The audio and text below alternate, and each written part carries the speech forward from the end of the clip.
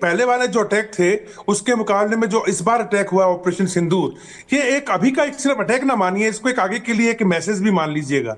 इसलिए भारत ने ये चीज बिल्कुल अब क्लियर कर दी है कि अगर फ्यूचर के अंदर कोई भी इस प्रकार का आतंकी हमला हुआ तो भारत ये स्टेप उठाएगा। यानी आपने एक तरीके से इस एक्शन को जो आज आपने किया, हम लोगों ने किया है, इसको हमने आगे फ्यूचर के लिए एक तरीके से इसका एक मिसाल बना के रख दी है।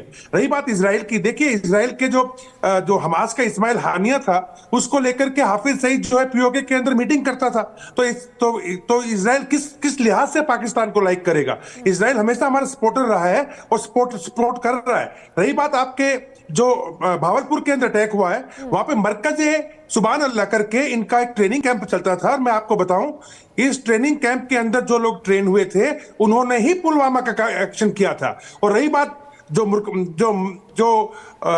लश्कर तैयबा का जो दूसरा वाला हमारा एक्शन हुआ है पाकिस्तान के पंजाब के अंदर, मुरीदके के अंदर, वहां पे मरकज ए तैयबा करके एक इंस्टीट्यूशन यानी इनका एक ट्रेनिंग कैंप चलता था, जहां पे कसाब की भी ट्रेनिंग हुई थी। और ये सब बॉम्बे अटैक वगैरह के अंदर ये मुरीदके वाला ट्रेनिंग कैंप जो था वो शामिल था। तो दोनों के अंदर जो भव्य तरीके से भारी तरीके से अटैक करके इनको नेस्तनाबूद किया गया है, मेरा मानना है कि ये इनकी कमर तोड़ दी गई है। और आगे फ्यूचर के अंदर भी भारत ऐसे ही करता रहेगा। लेकिन जिस प्रकार से हमारी मिलिट्री डिप्लोमेसी चल रही है आज की तारीख में, हम ये नहीं कह सकते कि ऑपरेशन सिंदूर अभी खत्म हो गया। ये मानना गलत हो जाएगा। मुझे लगता है कि ऑपरेशन सिंदूर अभी खत्म नहीं हुआ, क्योंकि जो इसके प्लानर्स हैं, खासकर आसिफ मुनीर, जनरल आसिफ मुनीर, और जो जनरल आसिम मलिक है, आईएसआई का जो चीफ है, ये लोग थे।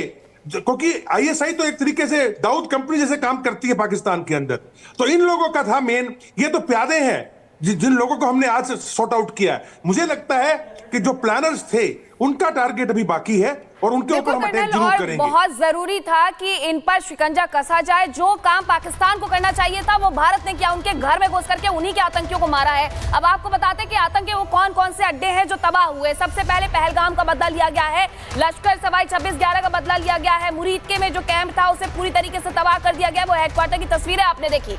इसी के साथ आपको बताती हूँ कि पुलवामा का बदला बहावलपुर में लिया गया है। किस तरीके से बहावलपुर पाकिस्तान का 12वां सबसे बड़ा शहर है और वहां पर किस तरीके से आतंकी ट्रेनिंग कैंप चलाए जा रहे थे, हेडक्वार्टर बनाए गए थे, उसे तबाह कर दिया गया है। जम्मू कश्मीर में हमलों का बदला लिया गया है, हिजबुल से सियालकोट में। तमाम तरीके की जो तस्वीरें हैं वो पाकिस्तान के अलग अलग हिस्सों से आ रही है और पाकिस्तान में किस तरीके से आतंकवादियों को पाला जाता है, पोसा जाता है, वो अपने आप में एक अलग कहानी हो जाती है। इसी बीच एक और बड़ी खबर आ रही है, वो भी आपको बताते हैं। भागलपुर के अस्पताल में घायल आतंकियों की भीड़ लग गई है। मिसाइल हमले में घायल आतंकी अब अस्पताल पहुंच रहे हैं और देर रात से ही घायल आतंकियों का अस्पताल पहुंचना जारी है।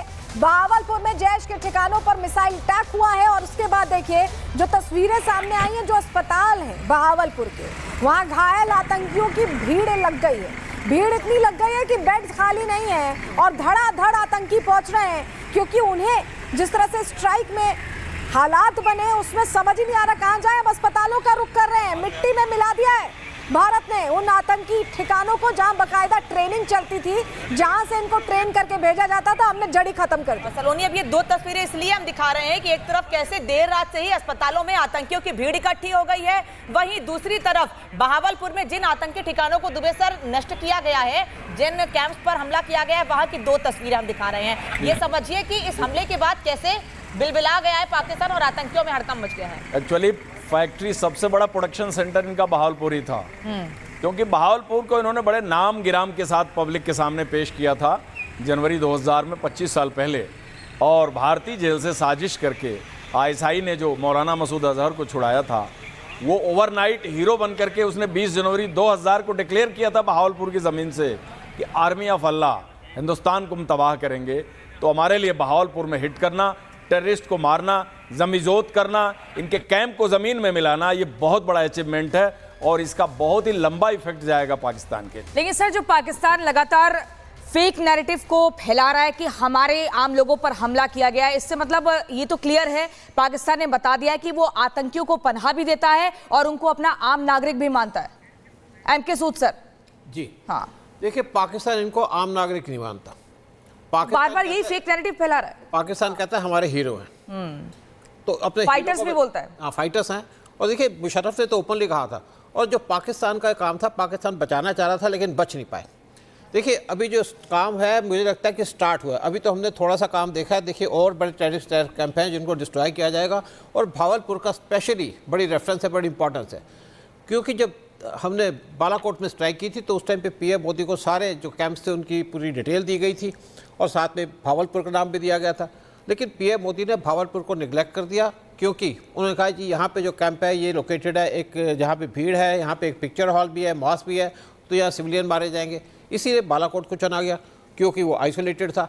लेकिन अब हद हो चुकी और अब बालाकोट को भी स्ट्राइक कर दिया गया, नो टेरर कैंप को स्ट्राइक किया गया, और अभी बहुत से टेरर कैंप बने हैं जिनको छोड़ना भी नहीं है, जिनको मारना है। और उसके बाद जो मेन इनके जो हाफिज सईद हैं उनका पत्ता साफ हो जाएगा, आप देख लीजिएगा। देखिए पहले हम छुप छुप के बात करते सर, लेकिन ये बताइए पत्ता क्या साफ हो भी तो सकता है, हो चुका हो सकता है हो चुका हो पत्ता साफ? नहीं, मुझे नहीं लगता कि हाफिज सईद नहीं, आजकल का तो हो सकता है। अरे देखिए बहुत से लोगों का हो गया, लेकिन हाफिज सईद को इन्होंने अलग जगह छुपा दिया था, लोकेशन चेंज की थी। बिल्कुल नहीं, लेकिन जब हम पिछले दिनों हमने देखा था कि हाफिज सईद के एक साथी को मारा गया था, तब भी पाकिस्तान में खलबली मची थी। सर, इस पर रिएक्शन लूंगी, आपसे बड़ी खबर बता दूं, पुंछ में पाकिस्तानी फायरिंग में 8 नागरिकों की मौत हुई है। मिसाइल अटैक के बाद सीज फायर का उल्लंघन किया गया है। पाकिस्तानी फायरिंग में करीब 25 नागरिक घायल हुए हैं। पिछले 10 दिनों से लगातार सीज फायर का उल्लंघन पाकिस्तान की ओर से किया जा रहा है। नौशेरा, राजौरी, ये कई ऐसे इलाके हैं जहां पर लगातार सीज फायर का उल्लंघन हो रहा है, और अभी यह जानकारी मिल रही है कि 8 नागरिकों की मौत हुई है। सर, इसी बिलबिलाहट की बात मैं कर रही थी कि अब आप मासूम लोगों को मार रहे हैं। आपने आके पहलगाम में पर्यटकों को मारा, और अब आप उन लोगों को निशाना बना रहे हैं जिनकी कोई गलती नहीं, जिन्होंने कुछ किया ही नहीं है। देखिए मुझे आप बताइए कि पाकिस्तान ने कब किसी आम आदमी पे अटैक नहीं किया? आम लोगों पे अटैक किया ना, सिविलियंस को मारते रहे ना हमेशा।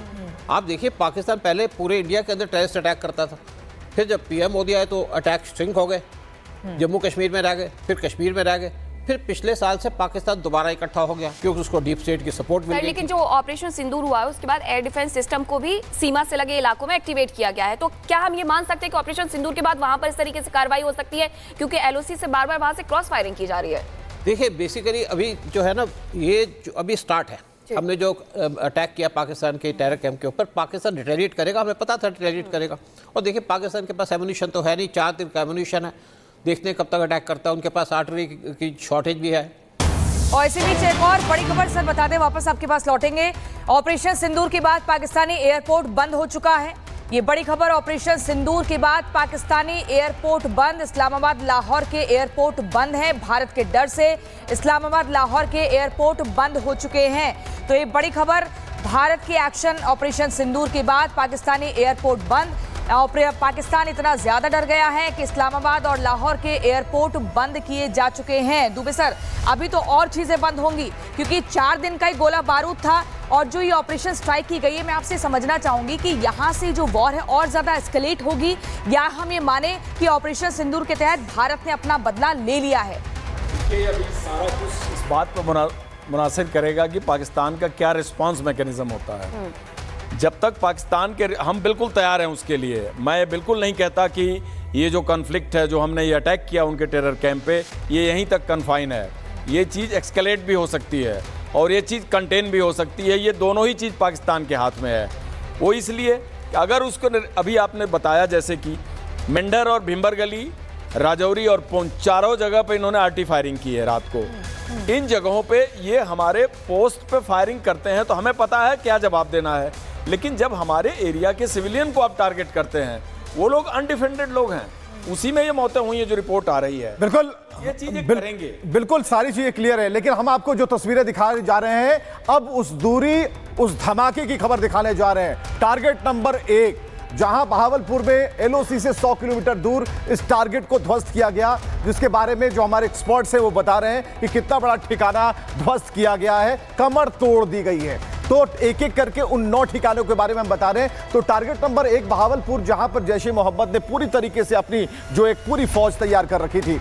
यहां मुरीद के टारगेट नंबर 2, जहां सीमा से 30 किलोमीटर की दूरी है, और यहां पर की जो खबर है ये भी हम आपको बताते हैं कि लश्कर तैयबा का एक बड़ा कैंप ये बन रहा था, बनाया जा चुका था, जिसे खत्म कर दिया गया, बर्बाद कर दिया गया। टारगेट नंबर 3 की तरफ बढ़ते हैं, और टारगेट नंबर जो 3 है वो है गुलपुर, और एलओसी से इसकी दूरी होती है 35 किलोमीटर मात्र। लेकिन पुंछ आतंकी हमले के आतंकियों का एक बड़ा बेस था, इस बेस को भी धराशायी कर दिया गया, खत्म कर दिया गया। टारगेट नंबर 4 की तरफ आते हैं और टारगेट नंबर 4 सवाई है, जहां पीओके के तंगधार में 30 किलोमीटर के अंदर की जो गतिविधियां थी वो भी हमारे निशाने पर थी और लश्कर ए तैयबा का आतंकी यहां पर कैंप था, ये भी पता था, बस इसे मानचित्र से साफ कर दिया गया। अब टारगेट नंबर 5 की तरफ आते हैं, सवाई के बाद आगे बढ़ते हैं। तो 5 नंबर बिलाल कैंप, जहां जैश ए मोहम्मद का ये लॉन्च पैड था, जिसे पूरी तरीके से खत्म हो गया। अब लेकिन ऑपरेशन सिंदूर की जो 4 तस्वीरें हैं वो हम आपको दिखा रहे हैं। रात भर धमाके पर धमाके होते रहे और किसी को पता नहीं चला।